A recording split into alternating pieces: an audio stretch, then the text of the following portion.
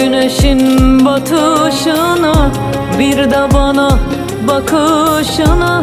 Konu senden açılınca kapatmıyorum. Sen benim içimdeki saklı bir duamsın. Mucizeler var hayatta bakışların. Aşktın, hasret oldun, rengim benzim soldurdun.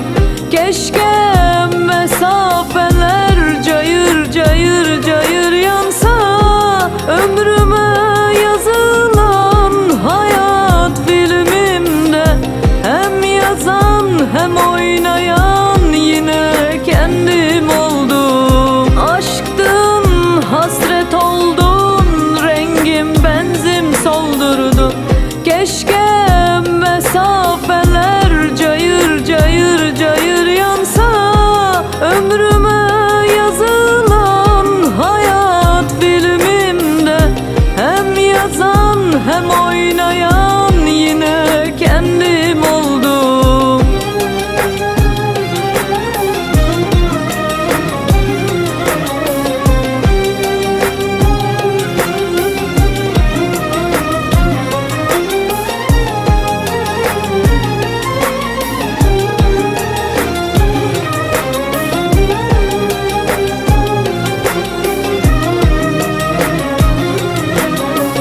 Bir güneşin batışına, bir de bana bakışına.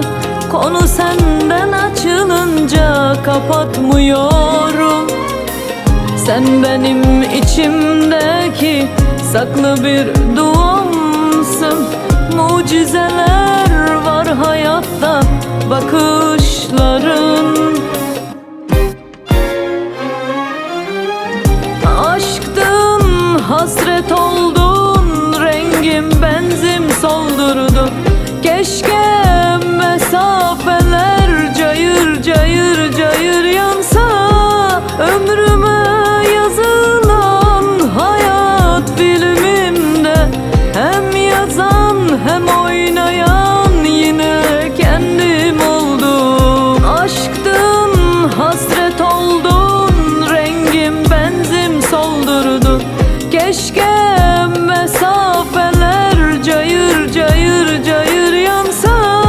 Ömrüme yazılan hayat filmimde hem yazan hem oynayan